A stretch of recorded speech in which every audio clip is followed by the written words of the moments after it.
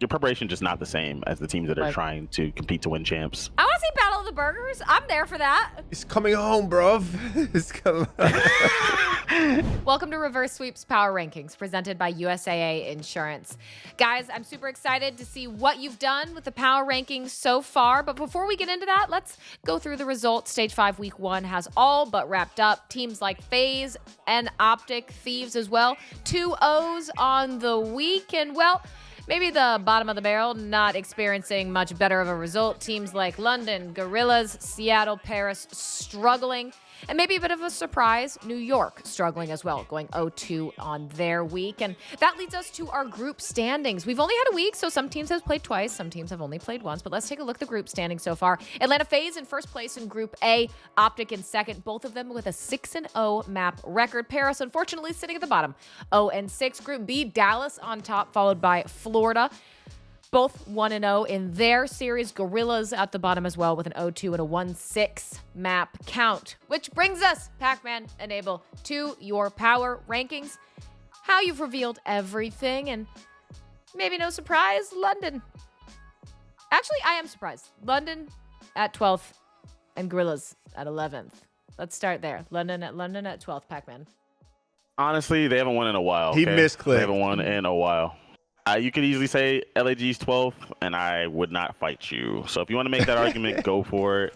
London had a better weekend than LAG, even though they both lost. But I guess they looked better. It's coming home, bro. It's coming. It did, just not in the way you wanted. Oh, yeah. I mean, you could say London's 11. They're just not good. It's semantics at that point. Yeah, just not good. We'll see when they play each other. I'm sure at some point the bottom half plays each other, right? So we won't see, because we'll I definitely will not be watching that series. I want to see Battle of the Burgers. I'm there for that.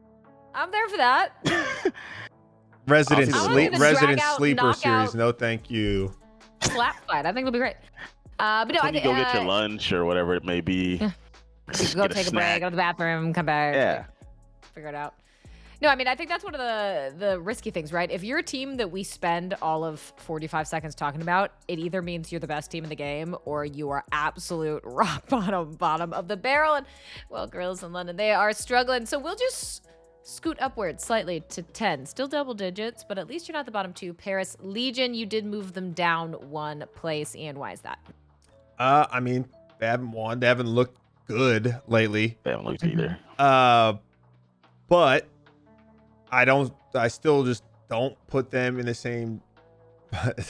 Well, I guess they're in the same neighborhood as Gorillas and London, but I just still think that they're a little bit better of a team. They have more talent, but they just haven't been successful. It's simple. Mm-hmm.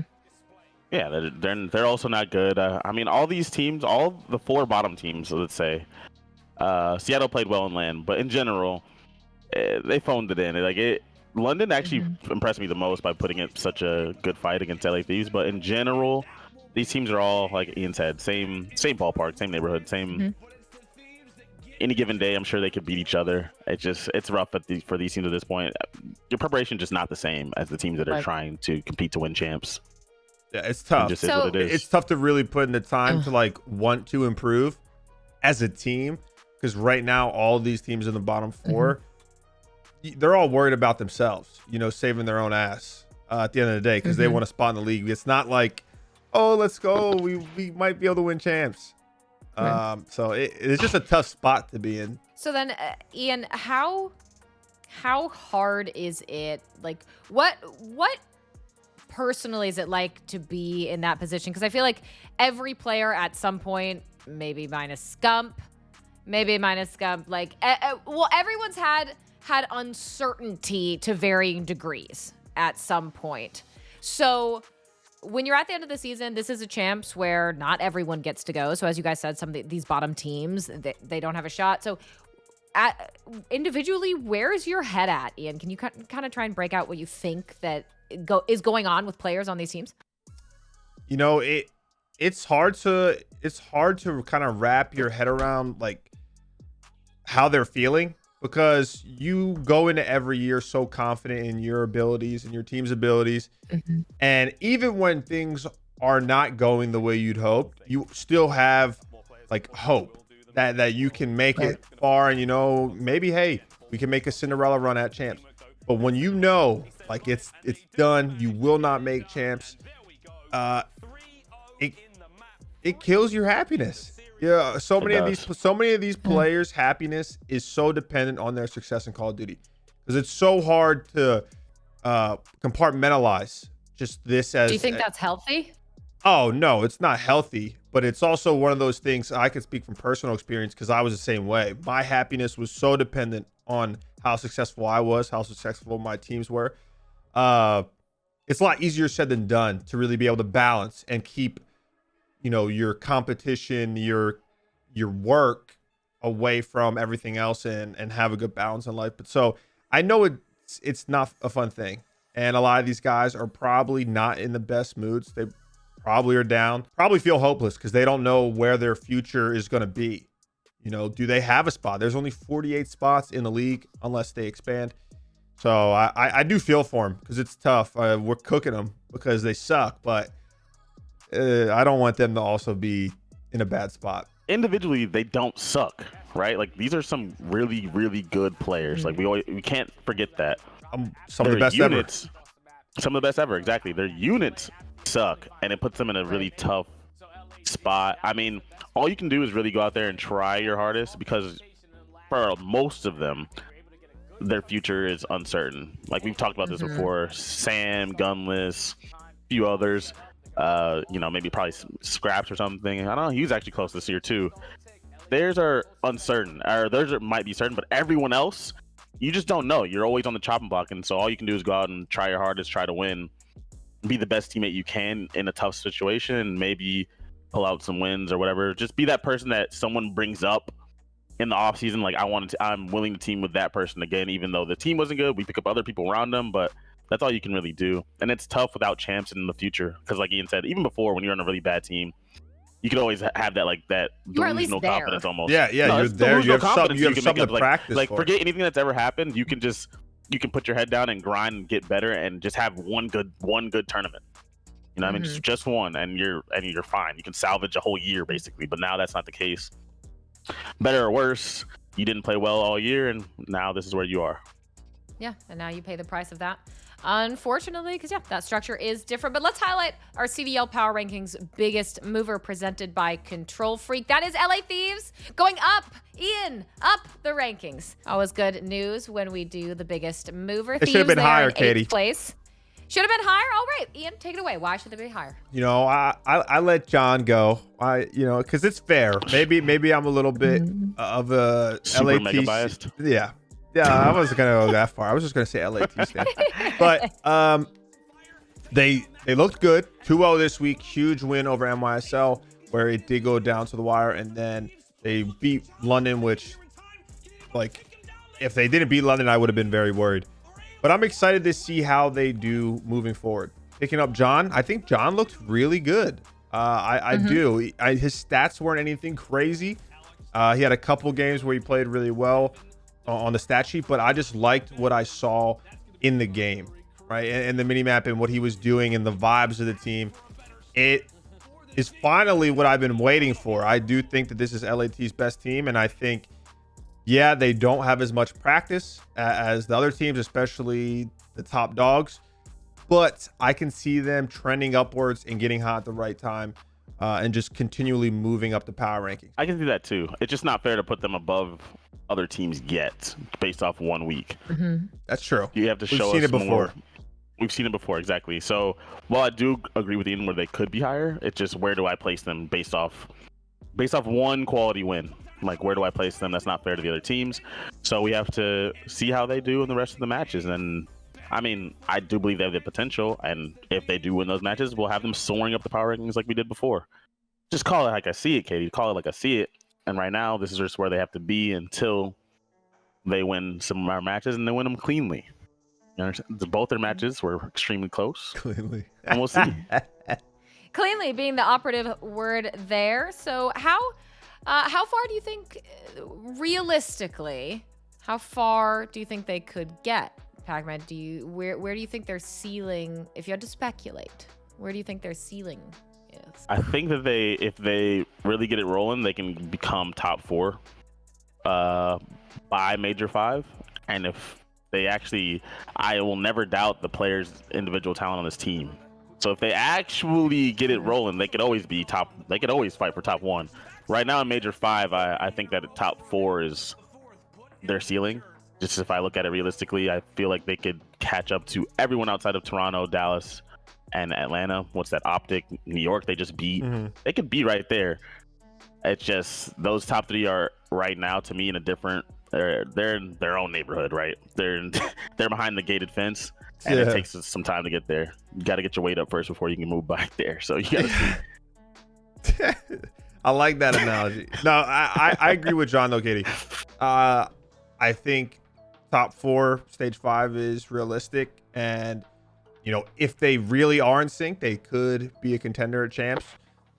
But the top dogs are they're really good right now, and we still haven't seen enough of this LA Thieves team. Like. They beat London and NYSL, but now knowing that NYSL is kind of slumping and they got bodied by OpTic, it's like, oh yeah, well they should beat the Royal Ravens, So we just got to see. I think next week's going to be huge for them, and we'll see if they can really, I guess, compete for a chip. Yeah, I mean, hey, the good news, there's life in the team. I think is the long and short of it. You bring in John, there is some life. There's a pulse on the team, so we'll see how strong they can get that and what kind of run they can make. But I'm very excited to see hopefully continued improvement out of LA Thieves. But for now, they move up 2 in the power rankings. But a quick reminder, guys, Reverse Sweep is presented by USAA Insurance. They make it super easy to insure all of your stuff like your rigs and gear, and they have your back. Eligibility restrictions apply. Insurance provided by the United Services Automobile Association and its affiliates in San Antonio, Texas. Let's talk about Florida. They're in 7th place. They did not move, so they are staying static right in the middle of our power rankings. Ian, Florida, why do you have them where you have them? Not up, not down. Florida is such a weird team for me, and I've said this for a while. They had a okay week. They beat Seattle, and yeah, Seattle looked good at the major.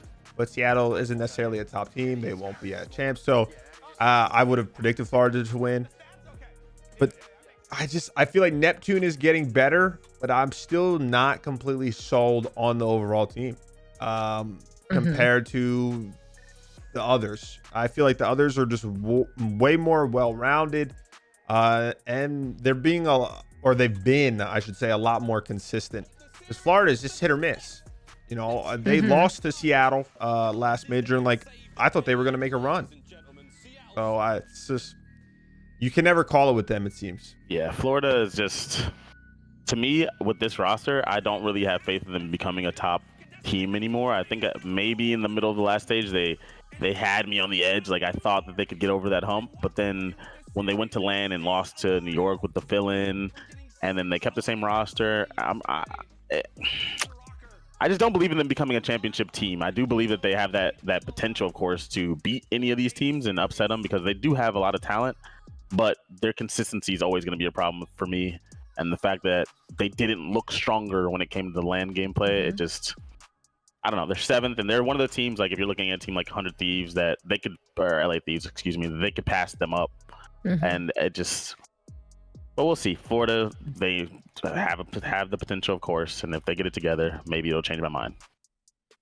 So my real question for you guys, do your opinions on Florida stay the same for ROKKR? Because you kept them at 6th. You kept Florida at 7, ROKKR at 6. Neither of them moved. So are your opinions similar with ROKKR, or is there maybe some differences, maybe some more hope there, Pacman, for a team like Minnesota over a team like Florida? No, to me, it's the exact same thing. Exact same thing. I don't believe that they have championship potential either. But I do believe that they're solid. Of course, they beat Toronto on the first hard point, played them close in Game 4. They have the ability. It's just, I feel like we've seen this team's ceiling now, and this is who they are. This is who they're going to be. They're a solid team. They can make some noise, but they're not going to win. They're not going to win any of the last 2. And being 6 is not bad. It's just, you're a solid team in this league.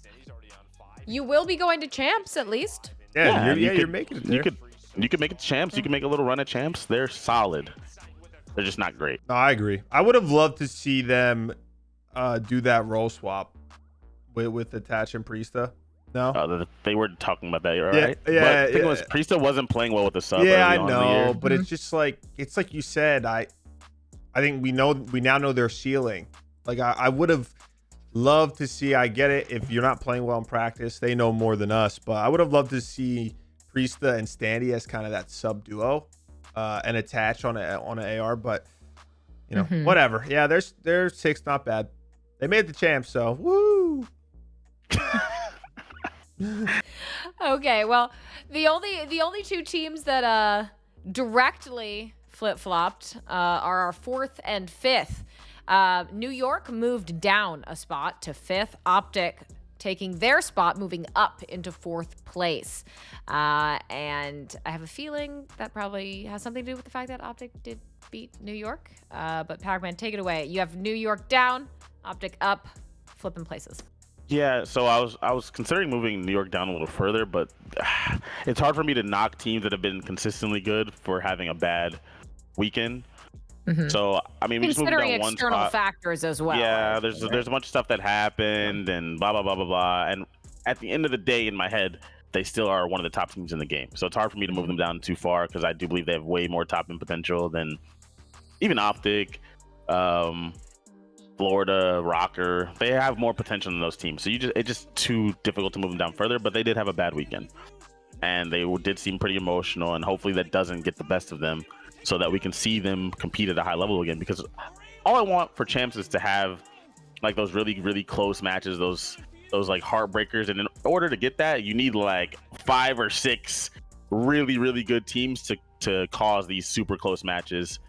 And hopefully New York is one of those teams and they bounce back, get their emotions intact, and show us what they can be. Show us what they proved to be to us already. They just weren't this weekend. I'll tell you what. I will say one thing about NYSL though, because yeah, they went 0-2, Katie, but they've just had some of the most unfortunate circumstances lately with starting from Seam not being able to go to the major.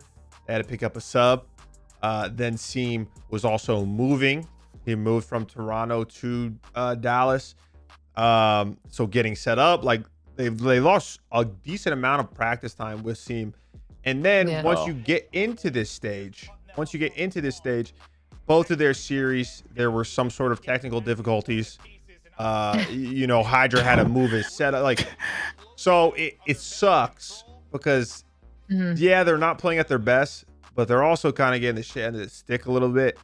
I think that this will kind of be a wake-up call, similar to what John said, where, bad week, they bounce back, don't get too in their feelings, and get back to where they were before.